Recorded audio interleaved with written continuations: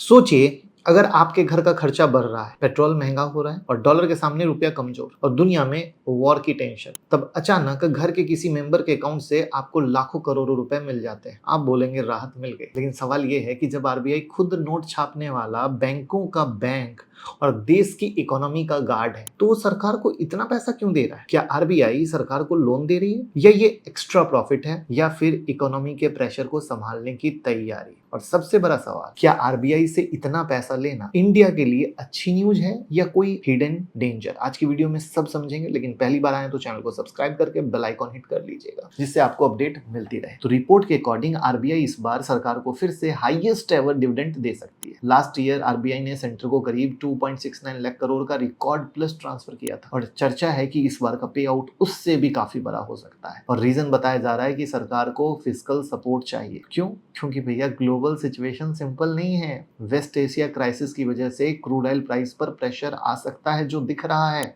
India crude oil import करता है, oil महंगा हुआ तो इंपोर्ट बिल बढ़ता है, जो बढ़ रहा है, और इंपोर्ट बिल बढ़ा तो रुपया पर प्रेशर, जो प्रेशर दिख रहा है।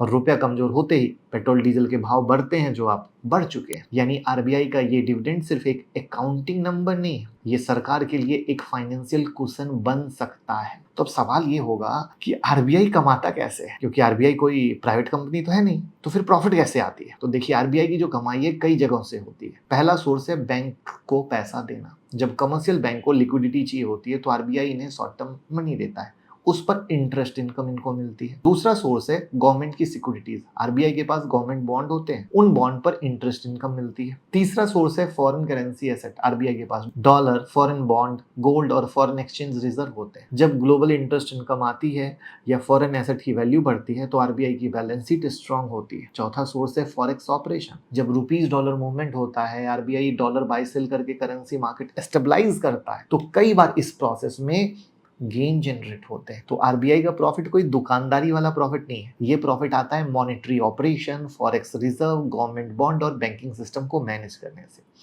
तो अब सवाल होगा कि आरबीआई अपनी कमाई सरकार को क्यों दे रही है?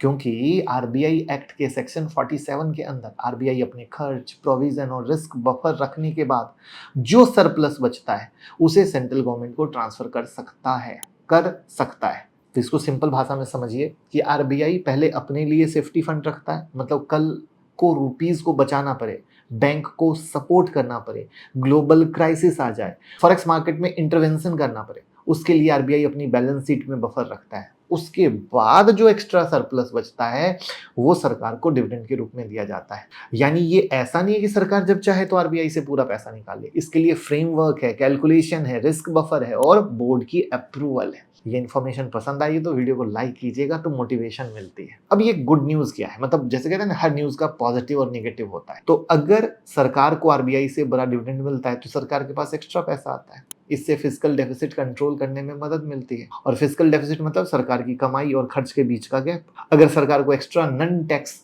रेवेन्यू मिल गया तो मार्केट से उतना ज्यादा बोरो करने की जरूरत ही नहीं पड़ती, और बोरोइंग कम होगी तो बॉन्ड यील्ड पर प्रेशर कम होगा। बॉन्ड यील्ड शांत रहेंगे तो बैंक और कंपनी के बोरोइंग कॉस्ट पर भी पॉजिटिव असर आएगा, और मार्केट को ये सिग्नल जाएगा कि सरकार के पास क्राइसिस हैंडल करने के लिए एक्स्ट्रा कुशन है। मतलब शॉर्ट टर्म में ये स्टॉक मार्केट और इकोनॉमी के लिए सपोर्टिव न्यूज बन सकते हैं। लेकिन रिस्क क्या है? तो दूसरा साइड भी समझिए। आरबीआई का पैसा फ्री मनी नहीं है, ये देश का इमरजेंसी कुशन है, जो इमरजेंसी को संभालने के लिए काम आता है। सोचो कि आरबीआई बहुत ज्यादा सरप्लस दे दे और अपने पास बफर कम रखे, तो फ्यूचर क्राइसिस में आरबीआई की फ्लेक्सिबिलिटी कम होगी कि नहीं होगी? एग्जाम्पल के लिए, कल को रुपया अचानक बहुत ज्यादा गिरने लगे, जैसे अभी गिर के तो 96 पहुंच चुका, सोचो 105 या 110 हो जाए, क्रूड ऑयल बहुत महंगा हो जाए, एफआईआई लगातार ऐसे ही पैसा निकालते रहे, बैंकिंग सिस्टम में लिक्विडिटी टेंशन आ जाए, तो आरबीआई को मार्केट स्टेबलाइज करने के लिए स्ट्रॉन्ग बैलेंस शीट चाहिए। इसलिए सवाल ये नहीं है कि आरबीआई गवर्नमेंट को पैसा दे या ना दे, सवाल ये है कितना पैसा देना सेफ है।